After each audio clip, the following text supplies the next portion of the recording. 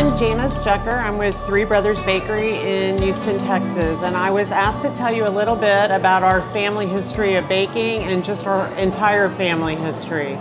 Our family began baking around 1825 in Poland in a building that Napoleon once slept in. And they actually I just learned this, they actually continuously operated in that building until 1941 when the Nazis took the family as prisoners. My husband is a fifth generation baker. I think that the most important thing before we go any further to me about our family is we're a family of survivors. The three brothers who began Three Brothers Bakery, they worked in the family business that my father-in-law, Sigmund, his twin brother Saul, and his younger brother Max, they all learned the trade in Europe from their father. When Sigmund and Saul were 10 years old, there was a baker's strike, and so his dad put them to work in the bakery. And they actually, back then, there were no mixers for them, so they mixed the dough in troughs, and they walked up and down. And they just would mix that rye bread, and then they'd come back and they'd mix it back the other way. And the whole family, their arm muscles were so strong. And I think that's part of the reason they were able to survive the war for so long. Oh, I grew up in a small town in a small bakery.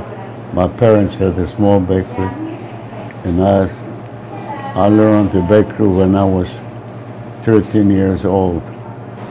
I worked in the bakery every night from 10 at night till 10 in the morning until the war broke out in 1939.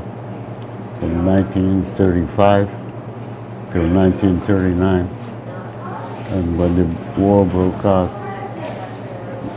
I left the town and I went to the other side of the border because Russia took half of Poland and Germany took the other half.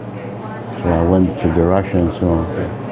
I worked in a coal mine, and then I ran away from the coal mine for 3 months, and I came back to the town where I got a job in a bakery, and they didn't have no machines.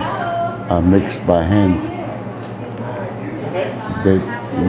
The batches I mixed with my two hands was like 1,000 kilograms of flour. Big batches of dough, and bake a lot of bread.